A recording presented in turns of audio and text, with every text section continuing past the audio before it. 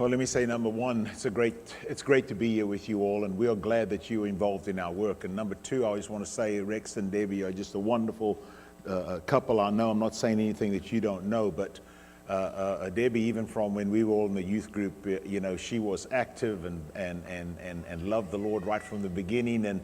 And we were both blessed because we came over to the States here and we both met great mates, And so so they have made a great team. And Rex, I have tremendous respect for. And no, I don't consider myself here and him there. We're on equal footing because the impact that he's made, him and his wife, for the Lord is just tremendous. And I was just talking about how tall you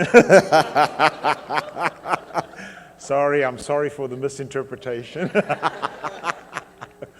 But it's really great. And let me just say also that I am so thankful, and I just want you to know you are in my prayers, that there is a body of God's people that are looking to expand their outreach in this part of the world. And I know by your moving and this transition that you are going through, I honestly believe is going to be a tremendous blessing to the Lord. And it's nice to hear, as I travel in the United States, of churches that are wanting to grow, expand, and have vision.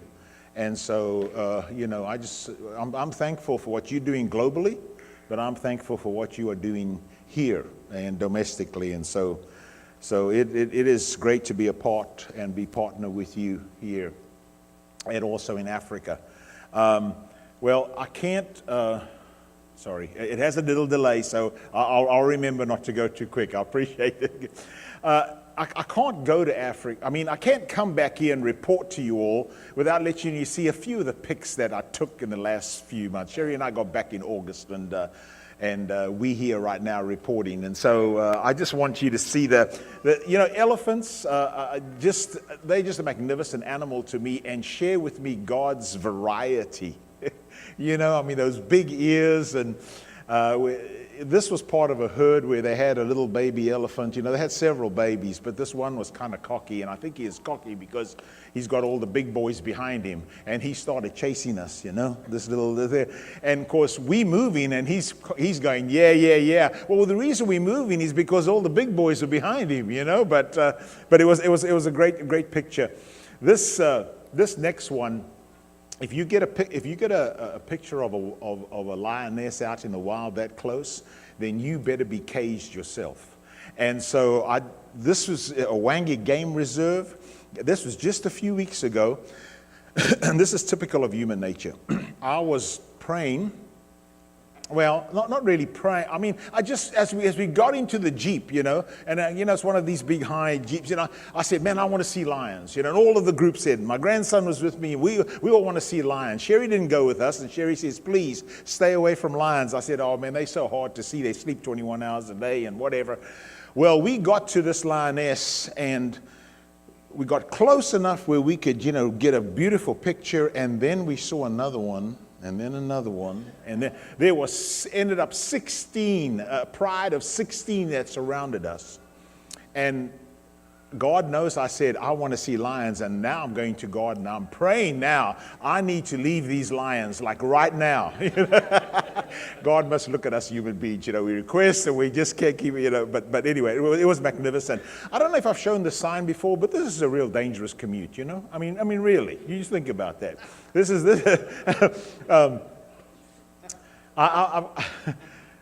I saw this sign, I stopped, I turned around, I got out of my vehicle and I took a picture. And then I thought to myself, this is going to be hilarious at my funeral. If I get eaten by a lion right now, he was taking a picture of the sign that warned him. Hilarious. So this is the best steaks in the world, and I'm sure Rex and Debbie can attest to it. I don't know what kind of wild game you've eaten or whatever, but these are the best steaks in the world, and they don't look like they could be, but when they're on the grill, amazing. This crocodile's not really attacking me. It's cold, it's winter, they're cold-blooded, and there was sunshine that day, and the mouth is open so I can get some heat, but I did like the picture. In this particular area, Victoria Falls and all there, there's probably about 25 to 30,000 crocs all around, in the river and elsewhere. So it's you can see a lot of them. We appreciate that that you are helping us. I want you to know that growing up in Zimbabwe, and Debbie can attest to this too, and her parents as well, we saw the church grow. We saw transitions made. We saw new congregations planted. But what's happening now is also a new beginning. Sherry and I have been part of this work in Southern Africa now for 10.5 years, and we began a work where we saw needs. And so that's why we've broken it down into good news and good works. We felt like, God says go, and God says, I've given you intelligence. You figure how to connect with your culture or your community. And we felt like we could really connect on a deep level by this comprehensive program put together. And so I just want you to know what's happened so far in 10.5 years. Last year we had that many baptisms. Up to this year, through August, we have had this many, and we believe that we'll get over 1,000 by the end of the year. And so I believe that we are in a sweet spot. To me, as long as I can work, it's irrelevant what governments do and what governments don't do. And in Southern Africa, it can be quite a volatile situation. But man, as long as we can share the gospel of Jesus Christ, Jesus, as I said, we said go. He didn't say go if everything is fine. No, just go, share the gospel, stand up. Peter writes in Peter about us rising above our circumstances. How? Through our living hope. And through this permanent inheritance we have. Lift ourselves above. We've got the power through God Almighty and His Holy Spirit to rise above our circumstances. And so this is what. However, there are some difficult circumstances sometimes, because we had 25 to be baptized. We're taking them down to this place. And when I got there with the last people that wanted to be baptized, we've been studying them all day. They hadn't started baptizing yet, and I let my anxiousness override my ignorance. Ignorance override I was just ignorant. Let me put it that way, okay?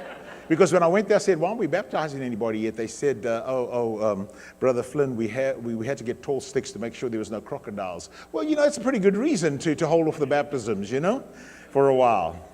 Tell you. So in this 10.5 years, we've gone into new communities, and population growth has exploded in some areas. Like in Zimbabwe, has 16 million now, as opposed to, I think, probably about 6 million when I was a little boy growing up. And so we have been able to plant in rural areas these churches, and we have some are meeting under a tree still, but if you drill a well, then you bring a fishing rod and they can build their own building because they make their own bricks. But we also have we have some large congregations all over. This is one in Zambia.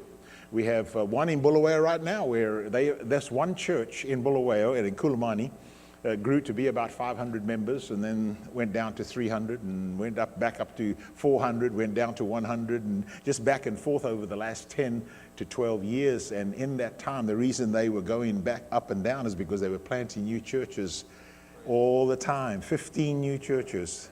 So right now they're at 300, but they're planting new churches. And so it's wonderful to see that. 6 elderships have been we have 6 new elderships in the last 10 years, and this is what really excites me, to see the maturity of some of them. This is one of our leadership seminars. Over 1,000 there, and just a tremendous gathering. So Dorian, you say you're in a sweet spot, and you say that so many have been baptized. How many are still there? Well, I want you to know our retention rate right now is between 79 and 80%, and I'll tell you why. Because when we get a convert, and that convert says, I want to live for Jesus Christ, we immediately plug them into teaching, yes, but into the life of a church or of a community. And with all the good works we're doing, they will hook onto something. You want to work with the orphans. You want to do World Bible School. You want to, we've just got a multiplicity of things that we are doing. And so we get them active right away and then get them into our either leadership or our youth seminars or even family and marriage and all of that. But we get them hooked in right away. And so we see that. And it's not something like, well, you become a Christian, and I want you to know, I want you to be at our church growth seminar that's in 4 months. Every other weekend, we've got something going along the lines of growing Christians. And so we are thankful. This next slide is the one that really grabbed me. This is a picture we took last year. These men, some of them walked 2 or 3 hours to this leadership seminar so they could get the best seats. Of course, I'm joking. They sat there from 10 in the morning till 3 in the afternoon in those seats. Literally just in the bush, I had about 3 ministers that Brother Valapi, who held this seminar, he said to me, he says, 3 of the ministers came and said, we're on our last pair of pants. Can you find us any on the containers we're shipping?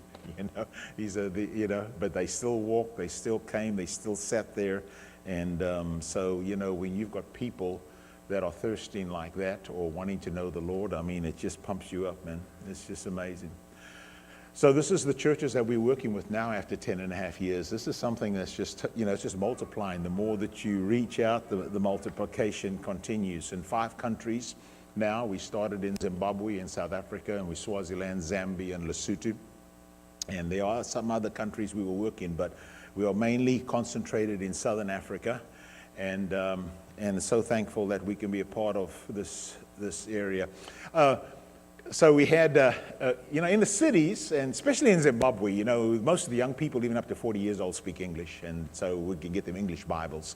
But in the rural areas, it's not that way, and so we had 121 to come to the Lord during our campaigns this summer, and so there are people that speak Shona and speak Ndebele or Zulu, and so we need Bibles for them. And I just want to throw out just one request tonight. We need $900 to cover the 3,000 to get these new Bibles, $10 each, hardbacks for families in the bush and rural areas. And so if anybody would like to help us towards that, that would be awesome. This is a place downtown Bulawayo. This used to be a Ford dealership. And we knew, in Africa, all buses come to the city center. And so we had a World Bible School office that was out of town. We knew this needed to be adjusted. And so we found this empty Ford dealership. And so it's quite amazing, where they do all the oil changes. That's all covered up now, and the guys just play basketball all over, now. And so we have a World Bible School office, and we've planted a church, and it's a youth. The youth just come there all the time, and World Bible School students, they will come in there, give their lessons, sit down, study. It's just and it's opened every single day of the week, and it is just such a vibrant area in downtown Bulawayo. And glad we can have that going. So a lot of young people have come to the Lord, because one of the things that we've done is we've shipped these containers with textbooks, and we've gone into schools. And so you saw all the high school students we have there. You see how many we have there right there, and how many have obeyed the gospel. So what does that do? Well, we've got all these youth seminars going on, and young people meet each other. And what happens then? Well, you know what happens then. So now we've got weddings going on. A lot. And this young couple, for some of you that are not familiar with Lobola, this guy was in quite a dilemma, because Lobola is okay. So I as a young man fall in love with a girl from Zimbabwe, and so we want to get married. So I'll go to my favorite uncle, and she'll go to her favorite uncle, and we're going to negotiate the price of the bride. And they measure it in cattle. Cattle's $800 a head. Paka, the guy, comes the day for negotiation. He says, I stood outside the gate of the house of my wife-to-be's family, and I waited there 2 hours. She said, they knew I was out here. They making me wait. If I just come through the gate, they would have charged me more.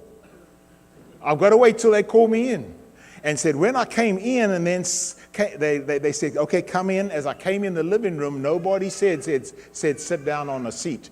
So I sat down on the ground because that could cost me more cattle because of my arrogance. So he says, I sat down there. So her uncle started talking. All the families there, 13 head of cattle for our daughter.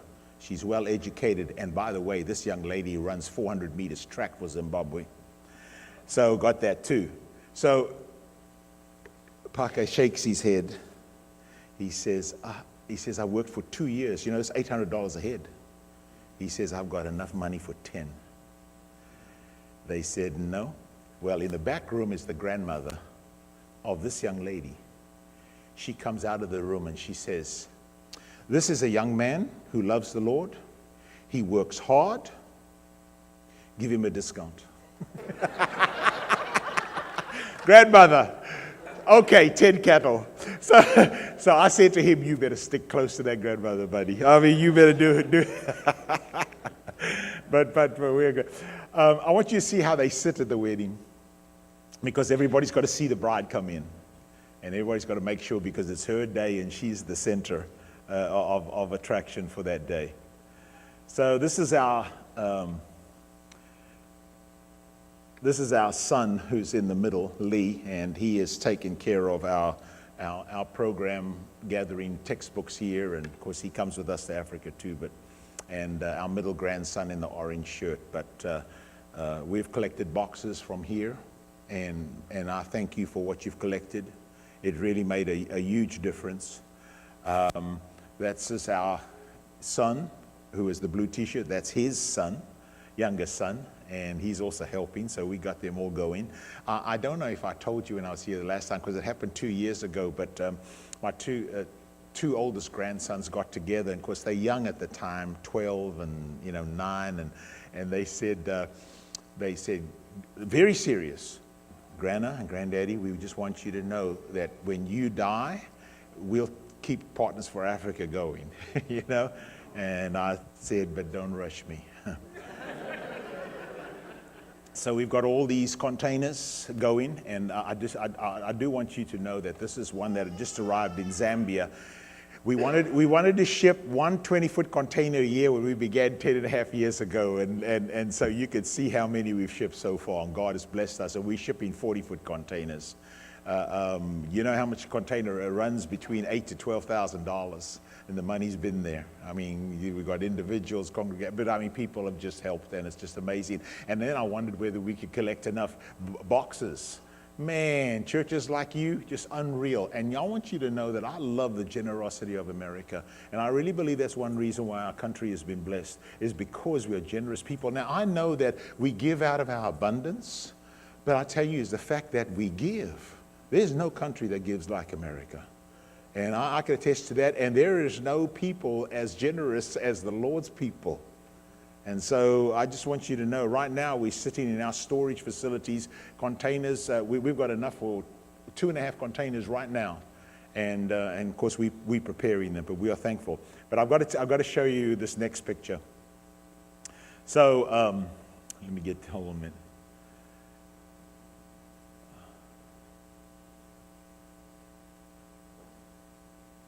Maybe I'm pushing. Okay.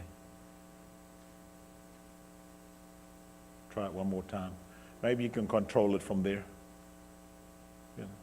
This next picture that you'll see is the back of the container opened, and there is a lady there that has she has 2 boxes on her head. She has 2 boxes on her head, and she's carrying 2. Well, I came out of the container ahead of her, and I'm carrying 3 boxes. I mean, I'm a man. She walks past me with 2 on her head and holding 2. I go, oh my bad, hello, Brother Flynn, how you doing? So, okay, and then, next one. Thank you. Next one. Is it just sticking there? Okay, good. Thank you so much. I appreciate it. But that's it. I want you to see something else. So we have an agricultural program going right now, and I'll get to that in a minute. I was in LJ, Georgia, and I was just talking about an agricultural program, and it just shows you how the Lord works, you know. And so these two guys come together, and they said, listen, I farm, my brother works for a farm implement company, and we want to give you a John Deere tractor. And so they gave us that John Deere tractor. Isn't it wonderful? And so I was at West Dyersburg, Tennessee, the very next Sunday, and I said, we were just giving us this tractor, and then another guy comes up there. This is in Tennessee now, and he says, well, you got the tractor? Well, I want you to know you've got a plow and a disc and a seed planter. Thank you. So I called Healing Hands in Nashville, and I said, listen, you're going to have to help us. We've never shipped this equipment over before. We need to know how to tie it down and all that. They said, no problem. Joseph Smith, who heads this up, he calls me back. He says, Dorian, by the way, we're trying to ship a tractor to Uganda, and the government won't allow it in. Will you take it? Okay. Duh. So anyway, we're thankful. This is our son Lee, and this is their family. I just wanted you to see them. And then this is our daughter, who is now working with us as well, and her family. And the biggest son, who is just 14, he said he's been 4 times to Africa. He's really into it. And the youngest one is coming for the first time in January. Apologetics Press approached us. Carl Butt said to me, he said, Dorian, we've got high school textbooks that we want to give. Can you get them into public schools? I said, I think I can. He said, how many can you use? I said to him, I could use 10,000. And he went, okay. So they gave us 10,000. Well, this is the Ministry of Education in Zambia. And they did not want us to begin the ceremony until the TV station got there and started filming it. And it was on national television. The Churches of Christ had donated books to the Ministry of Education. It's all got to do with creation and the Creator. And so thank the Lord. And we'll get the opportunities for that. Just who knows, tremendous. So the spiritual aspect, of course, that's the end game. We want them to know Jesus. But how do you connect with community so you get opportunities to go in and share? One is our mom project, making orphan meals. And so we got about...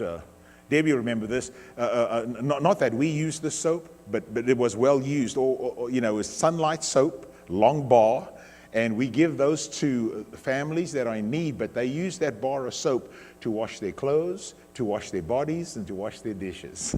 And so it goes a long way. Let me say that. We have our dad project, and this well right here is an open well. And we had one of our preachers, one of the men in our leadership program that's gone into preaching, said when they planted the church, they said there's an open well. 4 children had already fallen in and died. And it's just villagers just trying to get water. And they were digging their own well.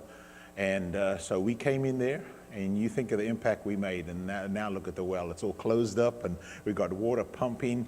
That's how many wells. Our goal was 50 wells in 10.5 years. We've done 70.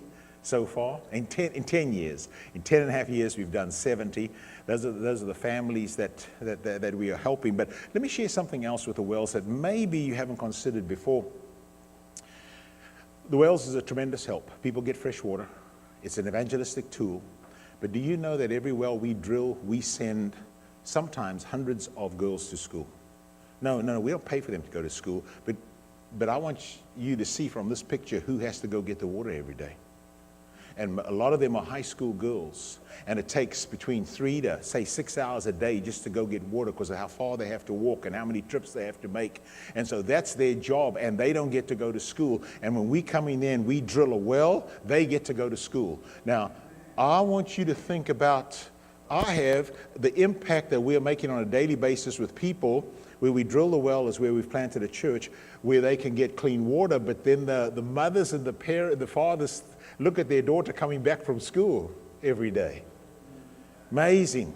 And it's the young girls in Africa that suffer the most. And so education, of course, the answer.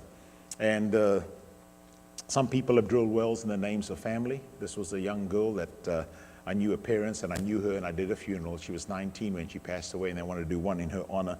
And we did that well. And they had such a drought in Zimbabwe a little over 1.5 years ago that well was open 6 in the morning. They had no water in their in their area, and there's probably about 100,000 people that live there. Government had shut off the water because the dams were so low, and we opened up the well at 6 in the morning till 6 at night. People back to back to back to back, constantly, never, and that well never went dry. And we're so thankful, and the church has grown from that well. This is another couple, was in their name as well. But you drill a well by a clinic, as this one is in Zambia. It makes all kinds of difference. And then churches are planted. And we don't raise money for church buildings, not in Africa. We don't do that. But we bring a well, and they'll make bricks, and then they'll make an oven. And this church made an oven to make more bricks, and there's their building. Isn't that great? And no, it doesn't have central air, and doesn't have padded pews, and don't have, but I'm telling you, are they proud of their building? You better believe it, buddy. Came from them. Everybody in the church had a place in that. This is our last well that we just finished. It's an orphanage. John Reese, who we grew up, Debbie and I, and Rex knows him real well, have a World Bible School teacher in Harare, and south of Harare is an orphanage that they have. And so this was an $18,000 water project for these orphans that had no clean water. And so we just got that completed. How you like the dryer in the background? 9 months summer, put it on the fence, man, of course. And before I finish the wells, I want you to know we're drilling a new well right now. And this is mainly for Rex and Debbie, but we were trying to, Sherry and I, there is widows in this area. They have no income. And so the men of the church came together and said, if we can get Partners for Africa to drill a well, we want the women to know that we are going to work a garden with them, and we're going to put the money in a fund, sale from the vegetables, in a fund for their basically Social Security. And I thought that was awesome. So we lacked some money. And then I got an email from Ian Cooper in London, and he said that his mother wants to give money for the work that we're doing in Africa. And so Auntie Brenda, who's 92 years old, sent us the money. And now I just sent her back. I said, well, we got to finish the well off now, So she was so happy anyway about that. So here's our clinic, and I'm just going to finish with these, with this two right here. This is our clinic, and we opened fall, September 2016. And we are voted the #1 clinic 2 years running. Well, we are the standard. The Zimbabwe government did a special on us. When World Vision comes in, they want to do their medical seminars. They want to do it at our clinic in Matabeleland. And so we have the maternity on the left, and we have everything on the right. And this was a boy who was bitten by a poisonous snake, and he was saved, and everybody celebrated. And he's back for his checkup, and you can see the smile on his father's face. We have, oh, by the way, the stats there, almost 100 babies born, said to the nurse. Man, 100, she says, oh, Brother Flynn, this is a fertile area. Well, apparently, 5,500 children have been immunized, and this is some of the mothers and their babies with Sherry just a few weeks ago. And in fact, one of the mothers was baptized that day, and we rejoice in that. Just wanted you to see one of the houses that some of these mothers live in, raising their children.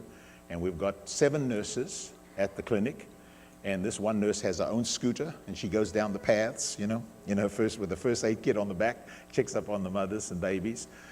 And so here is our school. We've got 70 acres given to us by the Zimbabwean government for this school, and we're going to open the school up in 2020, January 2020. Now, let me just say something. That's our buildings have started now, and we're doing our topographical survey is a program that construction companies here in the States are using right now. It's cutting edge. You don't clear the land. We don't clear 70 acres. We only clear where we're going to build our buildings, and then you leave as many trees as possible, and you keep it in this natural environment. But we have 2 couples. One has just arrived. They've spent a year with their sponsoring church from the States. Half of our teachers are Zimbabwean and half are American. And then the other couple from America will leave in January. We've already got another couple there. We've got a guy studying at the University of Rwanda right now. And they are between the ages of 27 and 32. They'll all have their master's degree when the school opens in their particular field, and every one of the teachers will have a BA in Bible. It'll either be through Freed-Hardeman or it'll be through Nations University. And so we are thankful because our approach is you're going to connect with the students. Don't send them to a preacher, which is nothing wrong. I mean, Rex and our preachers, we're good guys, you know. But you've connected with them, so you need to have the answers. You need to have the biblical knowledge. And so we are really excited about this. And let me just show this again to you. Number one is our auditorium. It'll seat about 1,000. Our school is going to have day scholars and boarders in time. We'll start with the freshman class. We'll do 1 year at a time. And then number two is the freshman, sophomore, junior, and senior wings. Number three is our labs, science and computer. And then on the back end right there is woodwork, agriculture, metalwork, because our high school is going to go on 2 tracks, also the academic track as well. How are we supporting it? We are not raising money to build something and then coming to the United States all the time asking for money, because what's the purpose of that? Unless you're going to be self-propagating and self-supporting, the work won't last in Africa. And that's a mistake that some have made, not all, but have made. So here is our tomatoes. That's 4 income streams we're working on. Here's the first one. And, we did 1,500 tomato plants, and now the last 2 years we've done 45,000 tomato plants. That's a lot of tomatoes. And that grows 30,000 in Zimbabwe. The clinic to run is about $1,300 a month because World Vision gives us free medicine, and the government says if you build a rural clinic, we will provide the nurses. So we can cover the rest already. And now we're working on other income streams, livestock and others like that are going to support the school as well. Every child has to pay school fees in Zimbabwe, even to this day, whether it's private or not. But we've got NGOs from around the world that want to do seminars. Well, we can do seminars at our school. It'll just be for a fee, and that'll be a constant income stream as well for us. So just want you to know that now we've branched out and we've got corn going.